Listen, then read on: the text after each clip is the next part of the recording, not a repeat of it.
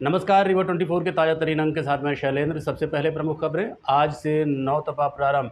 7 राज्यों सहित प्रदेश में 5 दिन का हीट वेव का रेड अलर्ट जारी। स्टेशन चौराहा से सिटी कोतवाली तक वन वे ट्रैफिक घोषित। खुटेही मोहल्ले में पानी से डीजल के स्मेल की सूचना के बाद रहवासी सकते में। और गांजा तस्करी के आरोपियों ने फर्जी दस्तावेज लगाकर खुद को बताया नाबालिग। पुलिस ने की जांच शुरू। इन खबरों सहित अन्य खबरें विस्तार से। आज 25 मई से नौतपा आरंभ हो गया है, जो 2 जून तक चलेगा। इस दौरान 7 राज्यों में 5 दिन हीट वेव का रेड अलर्ट जारी किया गया है। आज से नौतपा प्रारंभ हो गया। इन दिनों साल भर सबसे ज़्यादा गर्मी महसूस की जाती है। आपको बता दें कि मध्य प्रदेश में सबसे गर्म राजगढ़ का तापमान रहा, जहां 46.3 डिग्री तापमान मापा गया। वहीं रतलाम और नीमच में भी तापमान में 46 डिग्री दर्ज किया गया। मध्य प्रदेश के 12 शहरों में तापमान 44 डिग्री के पार रिकॉर्ड किया गया। भोपाल में 43.7 डिग्री, इंदौर में 44.8 डिग्री, ग्वालियर में 41.4 डिग्री, जबलपुर में 40 डिग्री और उज्जैन में रिकॉर्ड 44 डिग्री। इसके अलावा हमारे रीवा में 44.1 डिग्री सेल्सियस दर्ज किया गया। गर्म मौसम के चलते भोपाल में फ्लाइट तक रोकनी पड़ी। वहीं भीषण गर्मी के चलते पानी की किल्लत बढ़ गई है। जानकारों की माने तो इस 5 साल के सबसे निचले स्तर पर जल स्तर पहुँच गया है।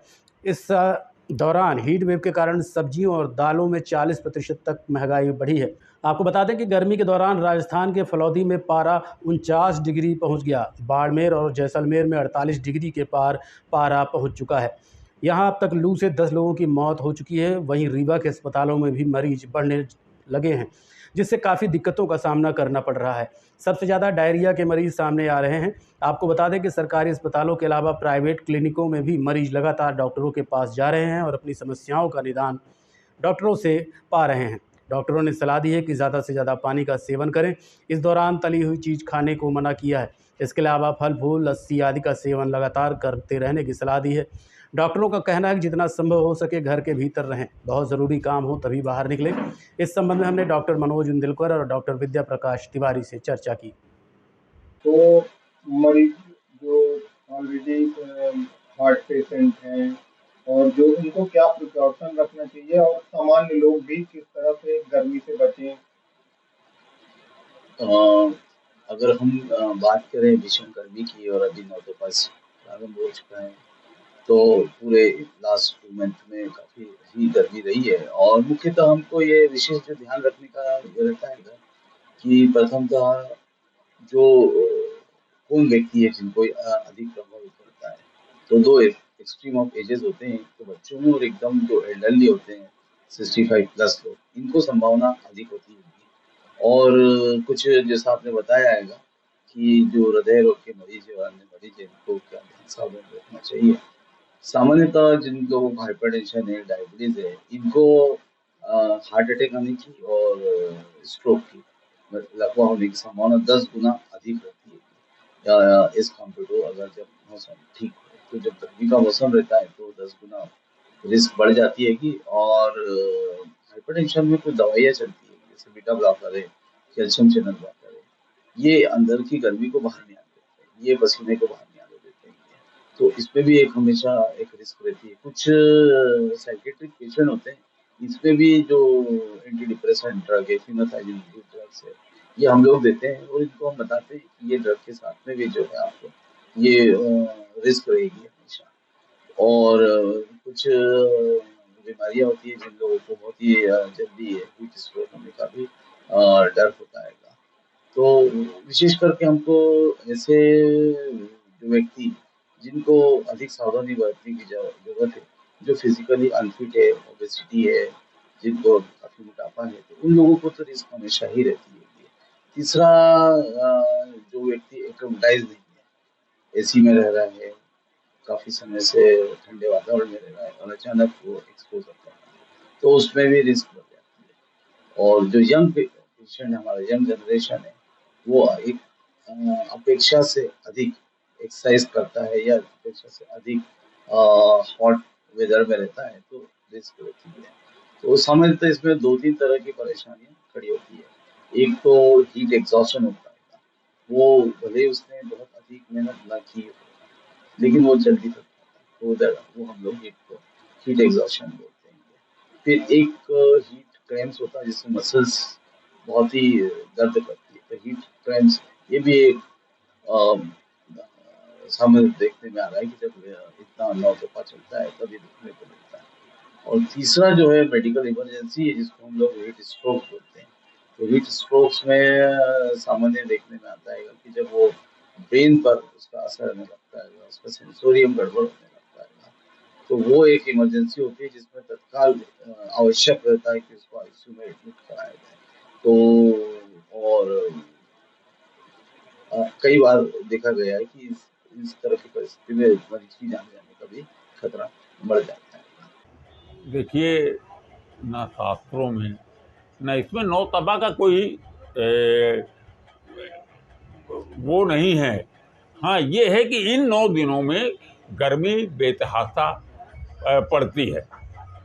हाँ, तो इन 9 दिनों में क्या सावधानी रखनी चाहिए?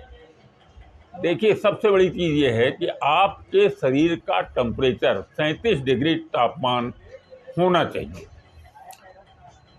और उसके ऊपर अगर जाता है तो लू की संभावना 100% रहती।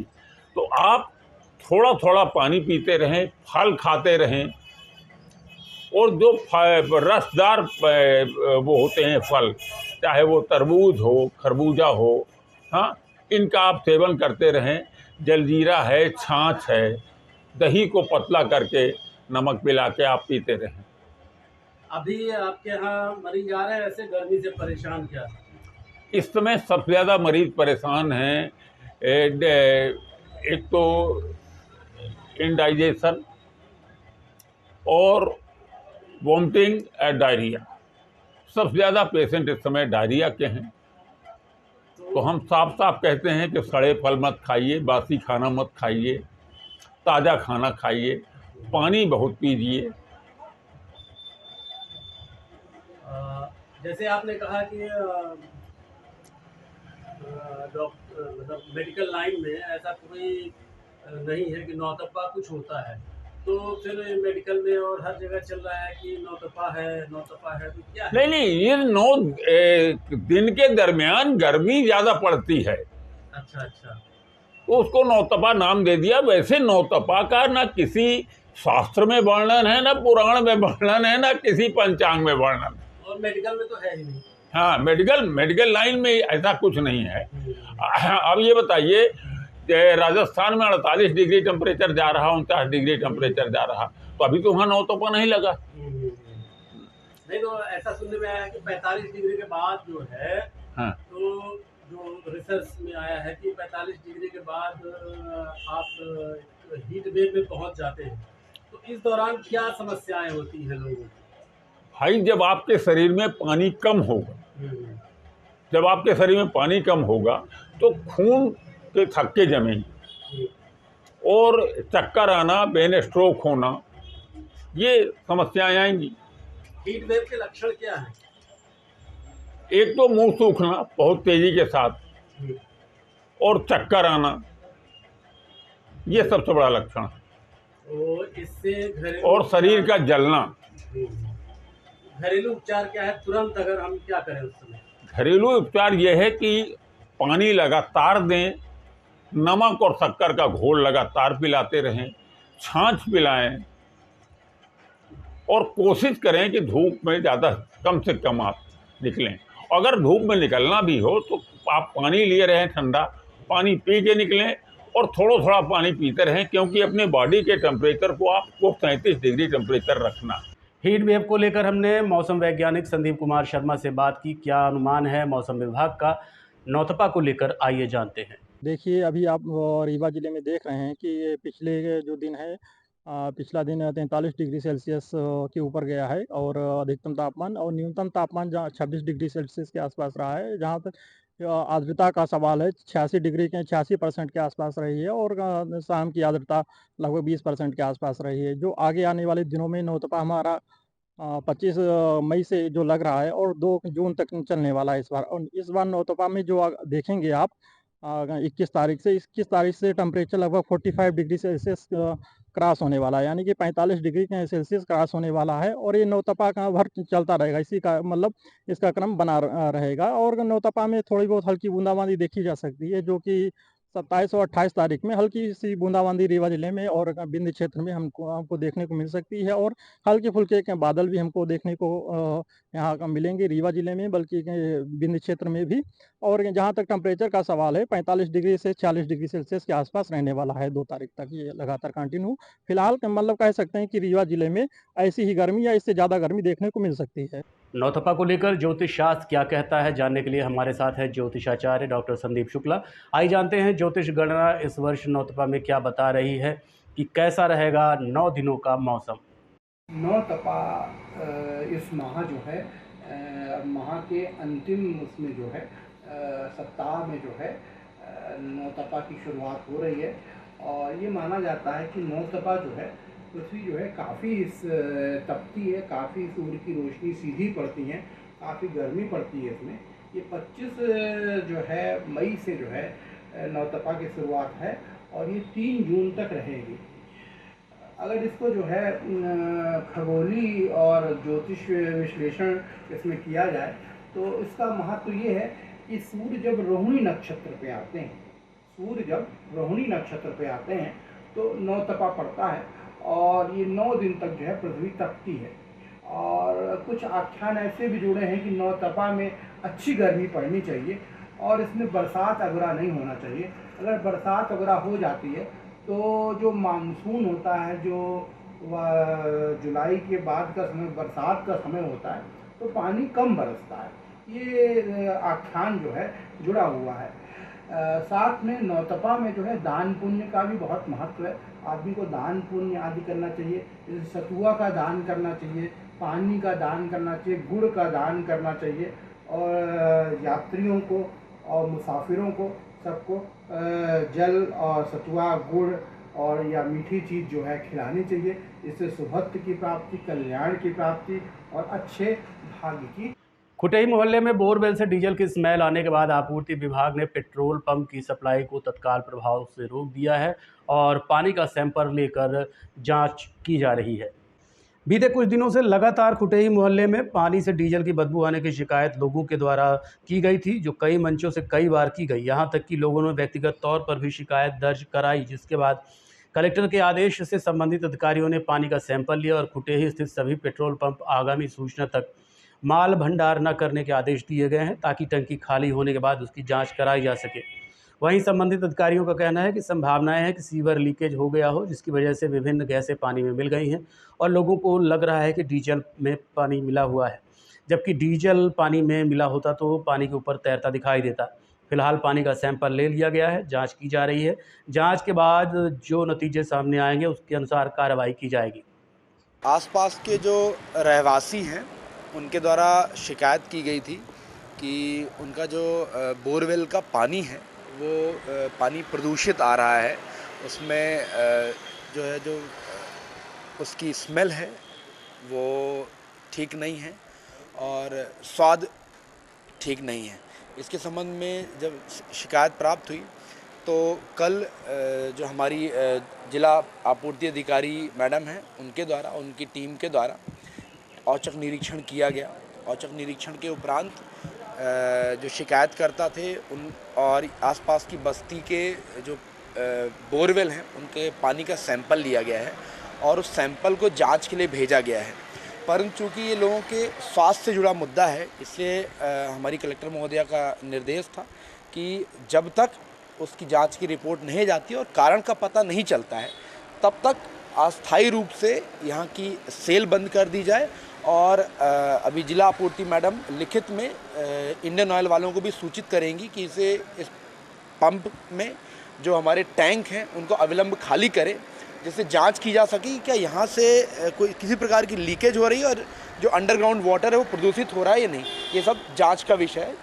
जांच के उपरांत ही जो निर्णय है वो लिया जा सकेगा इस संबंध में। मामला है कि आसपास के कुटेही एरिया में, आसपास बस नहीं, कुटेही करीब 150 से 200 मीटर 300 मीटर के रेडियस में जो है पानी में स्मेल आ रही है, महक आ रही है। और महक किस चीज़ की है इसलिए जांच का विषय है। और त्वरित कार्रवाई करते हुए ऐसा अंदेशा किया कि पेट्रोल डीजल की महक है, इसलिए पेट्रोल पंप की अभी बिक्री और स्टॉक मंगाने के लिए बंद कर दिया गया। सर, इसके लिए पीएचई ने भी शायद जांच की? हाँ, पीएचई में जांच हुई है और उसकी रिपोर्ट दी नहीं जा रही है हमें, कि दिखाई नहीं जा रही क्या है। और ये विभागीय अधिकारियों के पास जांच रिपोर्ट पहुंच चुकी है, लेकिन वो ऐसा हमने कहा कि भाई हमें जांच दिखाया जाए कि रिपोर्ट में क्या आया है, उस बेस पे कार्रवाई किया जाए। तो उन्होंने कहा नहीं, इस रिपोर्ट में लिखा है कि महक आ रही है, इसलिए कार्रवाई कर रहे हैं। और रिपोर्ट हमें दिखाई नहीं जा रहा है। तो प्रशासनिक अधिकारी अभी जब आए थे यहाँ तो क्या बोले कि कब तक ये बंद किया? ऐसा कुछ निर्देश नहीं है। निर्देश ऐसा बस इतना आश्वासन दिया कि पानी की जांच होगी, जांच उपरांत ही आगे कार्रवाई की जाएगी। क्या लगता है आपको कि काहे की गंध हो सकती है? ये सीवर का लीकेज है, जो हमें लगता है कहीं से बोर जो है वाटर लेवल डाउन होने के कारण कहीं से सीवर का पानी को टच कर रहा है, और उसकी गैसें हैं जो है, कई सारी मीथेन हो जाती हैं, सल्फर हो जाती हैं और अन्य गैसें हो जाती हैं, वो जो इसमें मिक्स हो गई हैं। इसलिए ऐसा लगता है कि वो पेट्रोल डीजल की महक है, जबकि अगर पेट्रोल डीजल होता तो पानी ऊपर तैरता रहता। गोविंदगढ़ पुलिस ने लगभग 162 लीटर अवैध शराब जब्त की है, जिसकी कीमत 10,62,000 के आसपास बताई गई है। एडिशनल एसपी अनिल सोनकर ने बताया कि गोविंदगढ़ पुलिस को मुखबिर द्वारा सूचना मिली थी कि एक सफ़ेद रंग की गाड़ी में अवैध शराब का परिवहन किया जा रहा है, जिसके बाद पुलिस दल सक्रिय हुआ और थाना प्रभारी अपने दल बल के साथ मौके पर पहुंचे। पाया कि चुहिया घाटी मोड़ पर गाड़ी में लगभग 18 पेटी में 162 लीटर शराब रखी हुई थी, जिसकी कीमत लगभग 10,62,000 रुपये बताई जा रही है, जिसको जब्त कर लिया गया। इस दौरान 2 आरोपियों जीवेंद्र सिंह पिता बद्री सिंह और राम शरण कोल को भी गिरफ्तार किया गया है। गोविंदगढ़ पुलिस ने लगभग 162 लीटर अवैध शराब जब्त की है, जिसकी कीमत 10,62,000 के आसपास बताई गई है। गोविंदगढ़ थाना क्षेत्र के अंतर्गत एक मोड़ है जो चुहिया घाटी की तरफ जाती है, वहाँ पर कल गोविंदगढ़ थाना प्रभारी ने शराब पकड़ी है जो 162 पेटी है, 162 लीटर है, और 18 पेटी में वो मिली है शराब। और एक गाड़ी मिली है वाइट कलर की, जिसे जब्त किया गया है। उसमें 2 लोग थे, एक जीवेंद्र सिंह जनाब बद्री सिंह और राम शरण कोल। ये 2 लोग थे उस गाड़ी में। मुखबिर की सूचना मिलने पर रात करीब 2 से 5 के बीच में एक चेकिंग लगाई गई थी। उसी चेकिंग में ये पकड़ में आए थे। उनके विरुद्ध कार्रवाई हुई है और गोविंदगढ़ थाना प्रभारी ने इसमें मुकदमा कायम करके उनको जो है इनसे ये जब्त की गई, जिनकी अनुमानित कीमत 10,62,000 रुपये के आसपास है। गांजा तस्करी के आरोप में गिरफ्तार 2 आरोपियों ने फर्जी दस्तावेज प्रस्तुत कर खुद को नाबालिग बताया था, जिसकी अब जांच की जा रही है। बीते 22 मई को हनुमाना पुलिस ने गांजा तस्करी के आरोप में 2 आरोपियों को गिरफ्तार किया था, जिनसे पूछताछ के दौरान उन्होंने अपनी उम्र 16 और 17 साल बताई थी। उसके बाद उन्हें बाल अपचारी मानकर बाल सुधार गृह भेज दिया गया, लेकिन जब पुलिस ने जांच शुरू की तो पाया कि 2 में से एक आरोपी, जिसकी उम्र लगभग 20 साल है, वो पंच भी है अपने गाँव का। इससे सिद्ध होता है कि वो नाबालिग नहीं है। पुलिस ने मामले की तहकीकात शुरू की और थाना प्रभारी हनुमाना ने कहना है कि अगर आरोप सिद्ध पाए जाते हैं तो नियमानुसार कार्रवाई की जाएगी। हनुमाना पुलिस को सूचना मिली थी कि ताकबंद क्षेत्र में 2 आरोपी हैं और वो गांजा लेके जा रहे हैं। पुलिस ने उसमें 5 किलो गांजा जब्त किया है और 2 जो अपराधी थे, जो आरोपी थे, उनको गिरफ्तार किया है। जब आरोपियों से उनकी उम्र का पूछा गया और उनकी उम्र के प्रमाण पत्र मांगे गए तो उन्होंने अपनी उम्र 16 और 17 साल बताई, जो कि बाल अपचारी हैं। पुलिस ने चूँकि बाल अपचारी मानते हुए उनको प्रथम दृष्टया संबंधित माननीय न्यायालय में पेश किया है। और लेकिन बात ये सामने आई है कि जो एक आरोपी है, एक अपचारी जो इसमें है, वो दुगौली गांव के वार्ड क्रमांक 13 में पंच भी है। यदि वो पंच है और 2022 में पंच बना है तो उस समय वो 18 साल का होगा और आज वो 20 साल से कम का नहीं होगा। ये दोनों तथ्य विरोधाभासी हैं और इसमें तथ्य आने के बाद में मैंने जांच के आदेश दिए हैं। यदि इसमें कुछ गलत पाया जाएगा तो निश्चित तौर पे इसमें फर्जी दस्तावेज प्रस्तुत करने के और उसका उपयोग करने के अपराध पंजीबद्ध किया। स्टेशु चौराहा से सिटी कोतवाली तक अत्यधिक जाम लगने के कारण अब इसे 1 वे ट्रैफिक घोषित कर दिया गया है। रीवा के स्टेचू चौराहा से कोतवाली रोड तक अब वन वे के रूप में देखी जाएगी। आपको बता दें कि स्टेचू चौराहा से कोतवाली रोड तक 4 व्हीलर वाहन 3 व्हीलर वाहनों के चलते काफ़ी जाम की स्थिति निर्मित होती है, जिससे रीवा एसपी विवेक सिंह के निर्देश पर चौराहा पर यातायात पुलिस ने स्टॉपर लगा दिया है। यातायात थाना प्रभारी अमीना शर्मा ने बताया कि रीवा में मीटिंग में निर्णय लिया गया कि स्टेचू चौराहे से कोतवाली रोड तक काफ़ी भीड़ एकत्रित होती है, जिससे आए दिन जाम लगा रहता है, इसलिए यहाँ पर स्टॉपर लगा दिया जाए। अब यहाँ 4 पहिया व 3 पहिया वाहन स्टेचू चौराहा से कोतवाली तक नहीं जा सकेंगे, लेकिन कोतवाली से इधर आ सकेंगे। यातायात व्यवस्था को लेकर के कल श्रीमान पुलिस महानिरीक्षक महोदय द्वारा एक बैठक ली गई थी, जिसमें दिशा निर्देश दिए गए थे कि जो भी घोड़ा चौराहे में ज़्यादा सकरी गली होने के कारण 4 व्हीलर और 3 व्हीलर जो भी जाती हैं, तो जिसके कारण जाम की स्थिति बन जाती है, तो इसको वन वे करने के निर्देश दिए गए थे। तो आज यातायात पुलिस के द्वारा हम लोगों ने स्टॉपर लगाए हैं और स्टॉपर लगा करके उसके ऊपर एक बैनर लगाया है, जिसमें 4 पहिया और 3 पहिया जो भी वाहन है तो वो प्रतिबंधित किए हैं कि यहाँ से जाने के लिए उनको बंद रहेगा और उधर से वो निकल सकते हैं। ये व्यवस्था हम लोग एक बार करके देख रहे हैं, जिससे यातायात सुचारू रूप से चलता रहे। वन वे बनाया गया तो गाड़ी कहाँ गोबर साइड से शुरू जाएगी? बिल्कुल, वहाँ से जाएंगी, बस यहाँ से बाहर निकलेंगी, लेकिन जाएंगी दूसरे रूट से। ठेले वाले भी यहाँ खड़े रहते थे? ठेले वाले भी यहाँ खड़े रहते थे, उनको भी हम लोग समझाइश दे रहे हैं, उनके भी चालान होते हैं, उनको भी हम लोग लगातार अनाउंसमेंट के माध्यम से बता रहे हैं कि आप लोग जहाँ आप लोगों को जगह बताई गई है वहाँ अपने ठेले लगाएं। उप मुख्यमंत्री राजेंद्र शुक्ल ने आज सुपर स्पेशलिटी अस्पताल का रूटीन दौरा किया। इस दौरान उन्होंने जल्द होने वाले निर्माण कार्यों के संबंध में पत्रकारों से चर्चा की। उप मुख्यमंत्री राजेंद्र शुक्ल आज सुपर स्पेशलिटी हॉस्पिटल जायजा लेने पहुंचे। उन्होंने बताया कि जब भी रीवा में रहते हैं तो स्वास्थ्य मंत्री होने के नाते अस्पताल का दौरा ज़रूर करते हैं। उन्होंने बताया कि जल्द ही शहरवासियों के लिए सुपर स्पेशलिटी अस्पताल में 250 बेड को 400 बेड तक कर दिया जाएगा। कैंसर के लिए कोबाल्ट मशीन आ रही है, जो लगभग 32 करोड़ की आती है। ये मशीन प्रदेश के 6 अस्पतालों में मुहैया कराई जा रही है, जिसमें से एक रीवा शहर भी है। इसके अलावा मदर चाइल्ड हॉस्पिटल, जो कि 500 बेड का, उसका भी निर्माण कार्य चालू है। डॉक्टरों और स्वास्थ्य कर्मचारियों के लिए आधुनिक कैंपस बनाया जा रहा है। साथ ही नर्सिंग और कॉलेज हॉस्टल का भी निर्माण किया जा रहा है। किडनी ट्रांसप्लांट 27 मई को होना है। उन्होंने बताया कि ओपन बाईपास हार्ट सर्जरी की सुविधा भी शुरू हो गई है और एंजियोप्लास्टी भी सुपर स्पेशलिटी हॉस्पिटल में आरंभ हो गई है, जिससे जल्द ही महानगरों वाली सुविधाएं अब जिले वासियों को मिलेंगी। 400 बेड का होने वाला है। कोबाल्ट कैंसर की एक बहुत ही अति आधुनिक मशीन 32 करोड़ रुपए की जो आती है, लिनेट मशीन, वो रीवा के लिए मंजूर हो गई है और पूरे मध्य प्रदेश में 6 मशीनें ला रहे हैं, तो उसको लगना है। और रूटीन जब मैं रीवा में रहता हूं तो एक बार सुपर स्पेशलिटी में पिछले जब से ये शुरू हुआ है, आप लोग को मालूम होगा, हर महीने यहाँ बैठक करते हैं। यहाँ क्या प्रॉब्लम है डॉक्टर्स को, डॉक्टर बहुत अच्छे मेहनत से काम कर रहे हैं, लेकिन उनकी क्या क्या समस्याएं हैं उसको समझना, उसको दूर करना, ये मेरा एक रूटीन का वर्क है। उसी के अंतर्गत मेरा यहाँ पे आना हुआ है। बाकी इस पूरे मेडिकल कैंपस के विकास के लिए नया मदर एंड चाइल्ड हॉस्पिटल बना रहे हैं, करीब 550 बेड का। नया ओपीडी बना रहे हैं, कैजुअलिटी को बहुत ही अति आधुनिक बना रहे हैं, इमरजेंसी मेडिसिन। और पूरे मेडिकल कॉलेज का जो कैंपस है उसमें फ्लैट्स बनाए जा रहे हैं, क्योंकि 60 साल पुराने घरों में रहते हुए डॉक्टरों के घर बहुत जर्जर हो गए हैं। उनको आवासीय सुविधा आज के हिसाब से आधुनिक मिल जाए, इसकी व्यवस्थाएं हो रही हैं। नर्सिंग कॉलेज बनाएंगे, नर्सिंग हॉस्टल बनाएंगे और पूरा इस मेडिकल कैंपस का कायाकल्प करेंगे। ये रीवा 24 न्यूज़। मिलते हैं छोटे से ब्रेक के बाद। हड्डी जोड़ एवं रीढ़ रोग तथा स्त्री रोग एवं प्रसूति रोग का इलाज एक ही छत के नीचे। विघ्नहर्ता hospital and trauma centre, hotel landmark के पास, रतहरा, रीवा। डॉक्टर संतोष सोनी, पूर्व चिकित्सक, बॉम्बे हॉस्पिटल, मुंबई। हड्डी जोड़ एवं रीढ़ रोग विशेषज्ञ, छोटे चीरे एवं दूरबीन विधि द्वारा हाथ तथा पैर की हड्डियों का ऑपरेशन।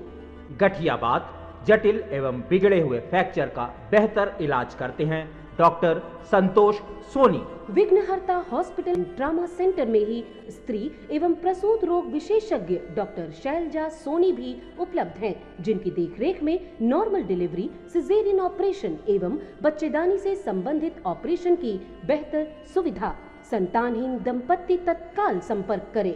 विघ्नहर्ता hospital and trauma centre, hotel landmark के पास, रतहरा, रीवा। सुविधाजनक एवं सफल इलाज हेतु आज ही संपर्क करें।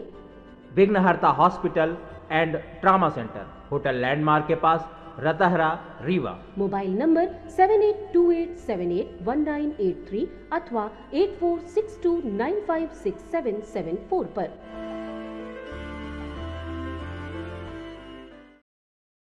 रीवा में अस्ताना हजरत मकबूल शाह के 77वें उर्स के अवसर पर अंतर्राष्ट्रीय कव्वाल फनकार अनीस नवाब का आगमन हो रहा है, जो अस्ताना के दरबार में हाजिरी देने के लिए गुजरात से रीवा आ रहे हैं। रीवा के घोघर तकिया स्थित अस्ताना हजरत मकबूल शाह के मज़ार में 26 मई को इस वर्ष उर्स मनाया जा रहा है, जिसके लिए तैयारियां जोर शोर से चल रही हैं। 24 मई को मकबूल शाह का संदल घोघर तकिया स्थित मज़ार से निकाला गया, जो शहर के विभिन्न मार्गों से होते हुए घोघर पहुंचा, जहां मज़ार में चादरपोशी की गई। जैसा कि बताया जा रहा है कि आस्था में हज़रत मकबूल शाह का ये 77वां उर्स है। विभिन्न स्थानों से लोगों की आस्था होने की वजह से यहाँ काफ़ी भीड़ होने की संभावना भी है। वहीं इस अवसर पर अंतर्राष्ट्रीय कव्वाल के द्वारा शान में नात पेश की जाएगी। कमेटी के अध्यक्ष शहीद मिस्त्री ने बताया कि इस वर्ष व्यवस्थाओं को लेकर पहले से ही इंतजाम किए गए हैं। आने वाली भीड़ को लेकर कोई असुविधा ना हो, इसके लिए पार्किंग सहित अन्य व्यवस्थाएं की जा रही हैं।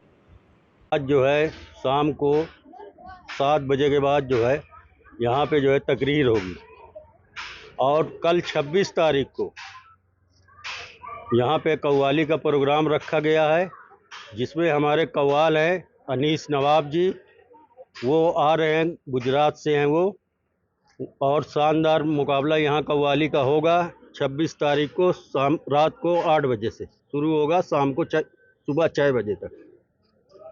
इसमें क्या क्या प्रोग्राम, फातिहा ख़वानी भी है, और कौन कौन आ रहे हैं यहाँ, कहाँ के लोग आएंगे?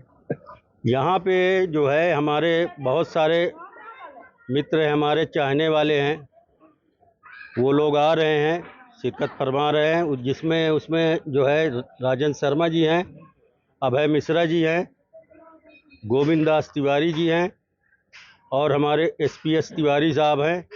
ये लोग हमको पूरा भरपूर यहाँ का सहयोग दे रहे हैं, प्लस वो है कव्वाली सुनने यहाँ आ रहे हैं। और आज शाम को चादर पोशी का प्रोग्राम है हमारे हजरत मकबूल साहब बाबा और खाकी साहब बाबा का।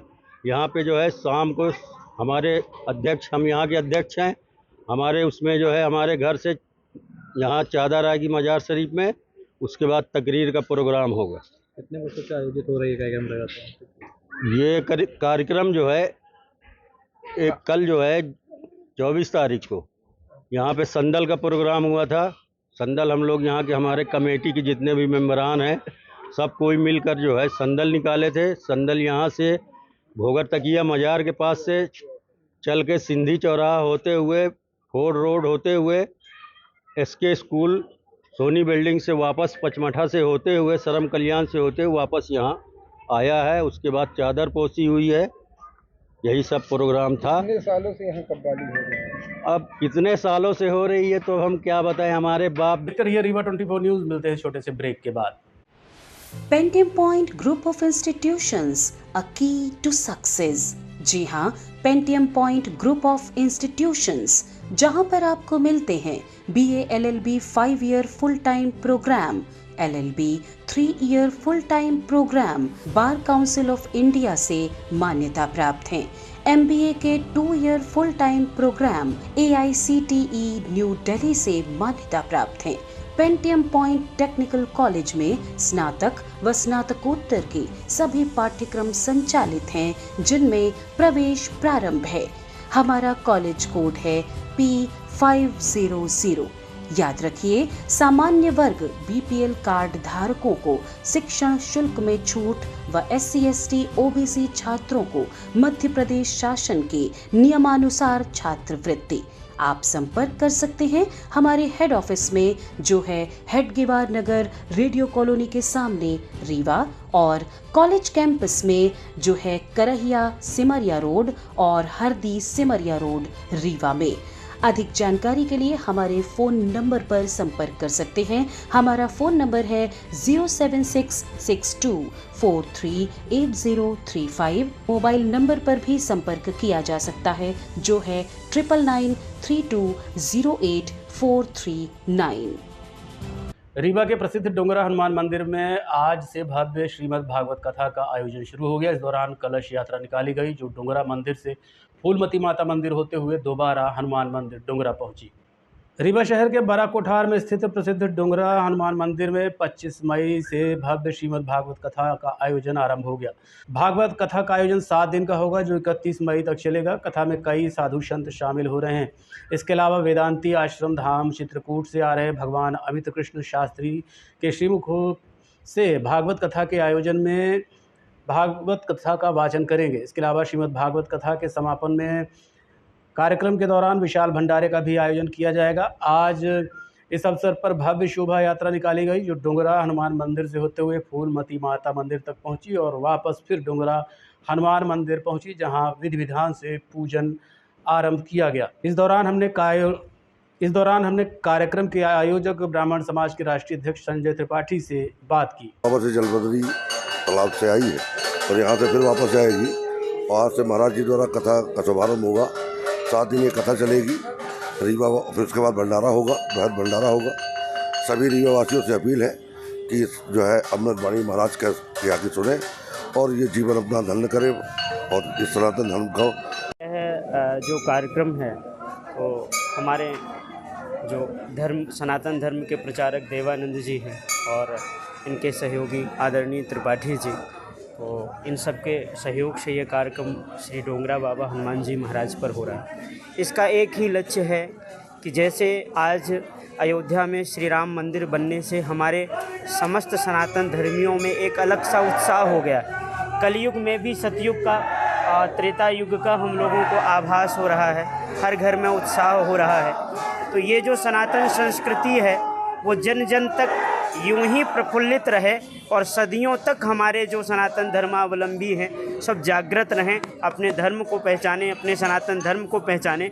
आज हमारे बच्चे पढ़ लिख रहे हैं लेकिन सनातन धर्म की जानकारी ना होने के कारण वो ना माता पिता की सेवा कर पा रहे हैं ना धर्म की सेवा कर पा रहे हैं। तो इस आयोजन का श्री देवानंद शास्त्री जी का, हमारे त्रिपाठी जी और अन्य जितने भी यहाँ रीवा के सहयोगी हैं, हनुमान जी महाराज के सेवक हैं, उन सब का लक्ष्य यही है कि हम लोग अपने धर्म को पहचानें, अपने सनातन धर्म के ग्रंथों को जानें, ताकि हम पुनः अपनी जड़ों पर वापस आएं और हम अपने बच्चों को संस्कार दे सकें, ताकि हमारा जीवन खुशहाल हो और विश्व में भी सनातन धर्म का डंका यूं ही बजता रहे। आज के अंक में इतना ही। देखते रहिए रीवा 24 न्यूज़। नमस्कार।